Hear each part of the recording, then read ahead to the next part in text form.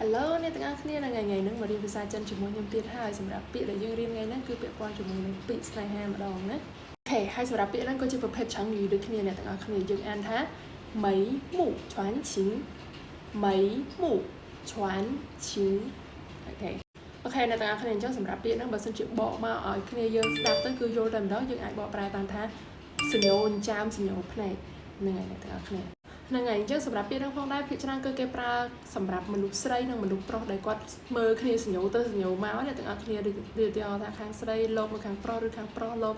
ញាក់ចាមដាក់ខាងស្រីឬក៏អីអញ្ចឹងណាអ្នកទាំងអស់គ្នាអញ្ចឹងអាហ្នឹងហើយដែលគេហៅថាមីមូឆ្វាន់ឈិងអូខេ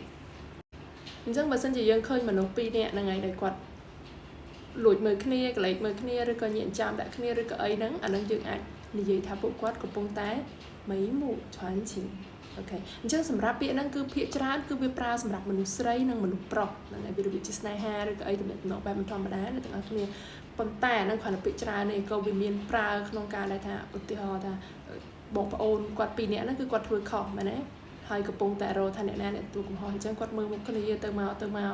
យភ្នែកឲ្យចាមគ្នាអញ្ចឹងក៏យើងអាចប្រើពាក្យថាមីមូឆ្វាន់ឈិងនឹងបានដែរអ្នកទាំងអស់គ្នាអូខេអញ្ចឹងសម្រាប់វីដេអូហ្នឹងគឺសូមបញ្ចប់ត្រឹមហ្នឹងហើយបាយអ្នកទាំងអស់គ្នាជួយ like ជួយ follow ផងអរគុណ